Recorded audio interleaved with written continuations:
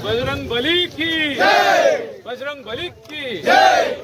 हम तुम्हारे साथ हैं। भारतीय जनता पार्टी विजय असो। मातरम। जय श्री राम, जय श्री राम।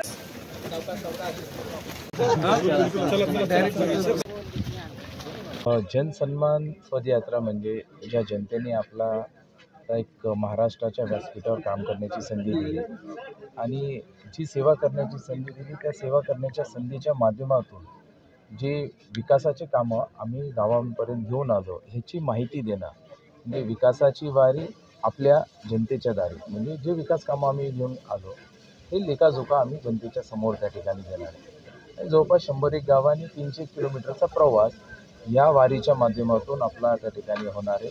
आमच्या या वारीसाठी आमचे मित्र शेजारचे तसं पाहायला गेलं तर बसू कल्याण निलंगा हा काही वेगळा नाही आहे, पण आम्ही एकत्रित आमचे मित्र आमचे भाऊ हेही आमच्यासोबत आलेले आहेत आणि विकासाच्याच मुद्द्यांवर घेऊन आम्ही लोकांपर्यंत जाणार आहे एवढं आमचे। पण हे निवडणुकीला समोर चाललो आहे, निवडणुकीला समोर जात असताना आपण जी कामं करतो त्या कामाचा लेखाजोखा हा जनतेसमोर द्यायला पाहिजे। आपलं ऑडिट असतं, हे ऑडिट जनतेच्या समोर द्यायला पाहिजे आणि गाडीतून गेल्यानंतर मोजकेच लोक भेटतात, पायी चलत गेल्यानंतर अनेकांच्या भेटी होतात, त्याच गावामध्ये थांबल्यानंतर त्या त्या सर्कलमधले लोक येतात आणि तिथं त्यांच्याशी संवाद केल्यानंतर जो काय आपलं कामाचं ऑडिट असतं ते तिथं आपण देऊ शकतो, सांगू शकतो, लेखाजोखा देऊ शकतो आणि त्याच्यामुळं निवडणूक आहेत, निवडणुकीच्या आधी आपण जायला पाहिजे, ते ह्याच्यामध्ये गैर काहीच नाही।